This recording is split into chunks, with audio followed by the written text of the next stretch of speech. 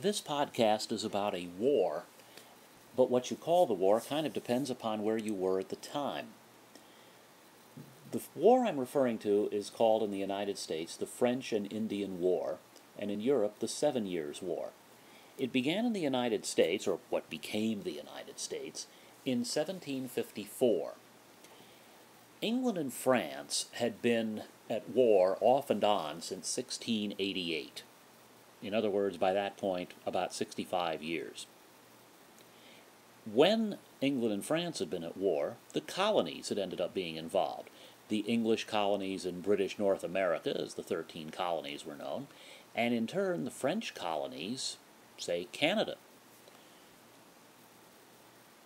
In the case of both England and France, they involved Native Americans. Various tribes would negotiate with both countries, with their colonists, and generally would go for whichever side seemed to them to offer them the best chance for survival or some improvement. Well, in 1754, the French had been encouraging the tribe known as the Duquesne Indians in western Pennsylvania, and this led to what was called Braddock's defeat under the command of a British Colonel Braddock, who went marching out into the wilderness to deal with the Native Americans and ended up losing the Battle of Fort Duquesne. He was killed in the battle. His lieutenant ended up having to surrender. He was a young Virginia militiaman named George Washington. This began what was known in the colonies as the French and Indian War and known in Europe as the 7 Years' War. The war lasted 7 years, so that was accurate. The 7 years in the colonies were 1754 to 1761. We'll get it right yet. The 7 Years' War in Europe was from 1756 to 1763. Now, in the course of this war, the British managed to defeat the French. They did it with the help of the colonists and with the Native Americans who were on the side of the British, against the French and the Native Americans on their side. When the negotiations were complete for achieving peace, England emerged as a true imperial power, with the French Empire seriously diminished through the loss of Canada. Now, this war, the battles were interesting, certainly, but what's most important for our purposes is the significance of this war. One bit of significance that's had an effect on our popular culture is that the British required that the colonists in Canada convert from Catholicism to Protestantism, or in the case of Great Britain, the Anglican or Episcopalian Church. Now, they didn't require this of everybody, but there was a group in Nova Scotia, in an area called Acadia, that refused to convert, and they left.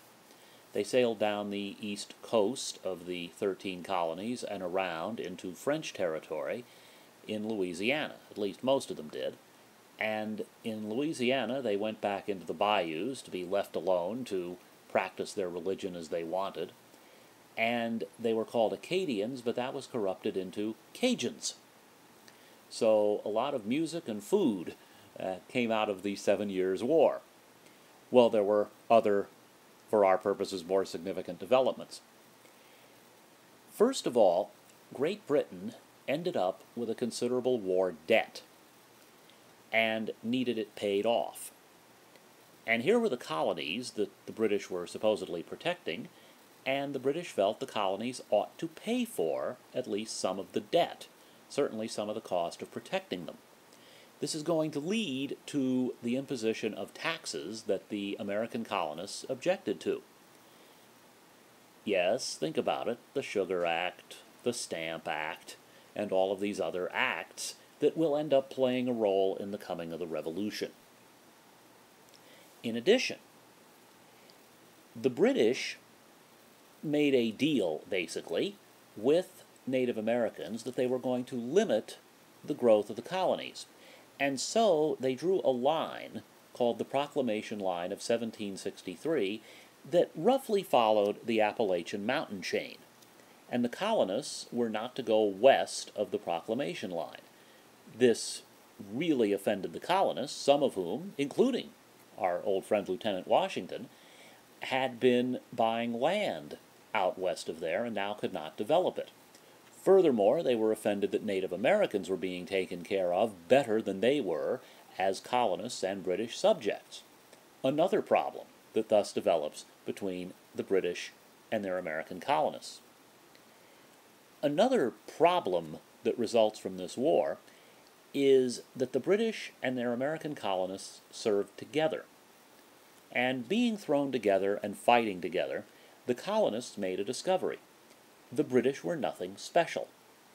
They were fellow Englishmen who put on their pants the same way, they fought just as well or just as badly, and therefore there were some problems that developed between the colonists and the British. Namely, the colonists no longer looked up to the British in the same way.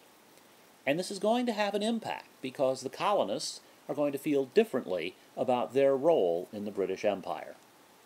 So the French and Indian War is a significant moment in the colonial era and in the development of what would become the Revolutionary era.